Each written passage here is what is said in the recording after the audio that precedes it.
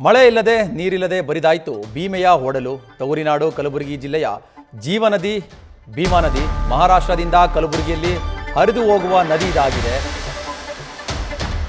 ಭೀಮಾ ನದಿ ನಂಬಿ ಕೃಷಿ ಮಾಡುವ ರೈತರಿಗೆ ಈಗ ಆತಂಕ ಸೃಷ್ಟಿಯಾಗ್ತಾ ಇದೆ. ತವರಿನಾಡು ಕಲಬುರಗಿ ಜಿಲ್ಲೆಯ ಜೀವನದಿಯಾಗಿರುವಂತಹ ಭೀಮಾ ನದಿ ಮಹಾರಾಷ್ಟ್ರದಿಂದ ಕಲಬುರಗಿಯಲ್ಲಿ ಹರಿದು ಹೋಗುವಂತಹ ನದಿ ಇದಾಗಿದೆ.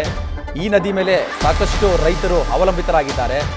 ಭೀಮಾ ನದಿಯನ್ನು ನಂಬಿ ಕೃಷಿ ಮಾಡುವ ರೈತರಿಗೆ ಈಗ ಆತಂಕ ಎದುರಾಗ್ತಾ ಇದೆ. ಜಿಲ್ಲೆಯಲ್ಲಿ ಭೀಮಾ ತೀರದ ರೈತರ ಬೆಳೆಗಳಿಗೆ ನೀರಿಲ್ಲದೆ ಸಂಕಷ್ಟವನ್ನು ಎದುರಿಸ್ತಾ ಇದ್ದಾರೆ. ಕಬ್ಬು ಸೇರಿ ಇತರ ಬೆಳೆಗಳು ಒಣಗುವ ಆತಂಕದಲ್ಲಿ ರೈತರಿದ್ದಾರೆ.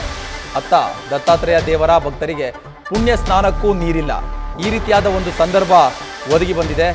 ನದಿಯಲ್ಲಿ ಮುಳುಗಿ ಹೇಳ್ತಾ ಇದ್ದ ಭಕ್ತರು ತಂಬಿಗೆಯಿಂದ ಸ್ನಾನ ಮಾಡ್ತಾ ಇದ್ರು. ಆದರೆ ಈಗ ಆ ಪುಣ್ಯ ಸ್ನಾನಕ್ಕೂ ನೀರಿಲ್ಲದೆ ಆಗಿದೆ.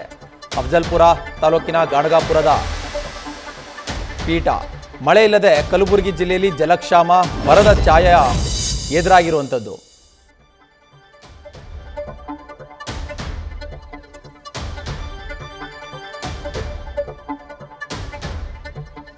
ಜೂನ್ ತಿಂಗಳಲ್ಲಿ ನಿರೀಕ್ಷಿತ ಮಟ್ಟದಲ್ಲಿ ಮಳೆ ಬಂದಿಲ್ಲ. ಹಾಗಾಗಿ ರೈತರು ಸಾಕಷ್ಟು ಕಂಗಾಲಾಗಿದ್ದಾರೆ.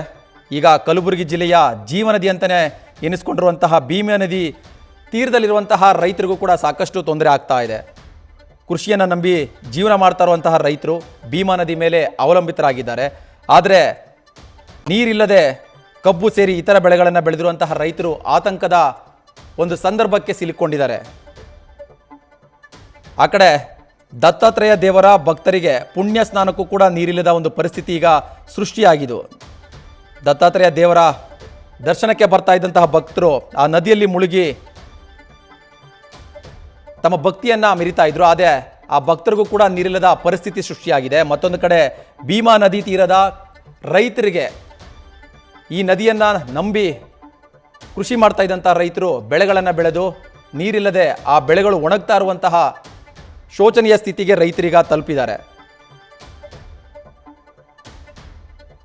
ಕಳೆದ ವರ್ಷ ಇಷ್ಟೊತ್ತಿಗಾಗಲೇ ನಿರೀಕ್ಷಿತವಾಗಿ ಮಳೆ ಬಂದಿತ್ತು. ರೈತರು ಕೂಡ ಸಾಕಷ್ಟು ಬೆಳೆಯನ್ನು ಬೆಳೆದು ಜೀವನವನ್ನು ಮಾಡಿದರು. ಆದರೆ ಈ ಬಾರಿ ನಿರೀಕ್ಷಿತವಾಗಿ ಮಳೆ ಬರಲಿಲ್ಲ.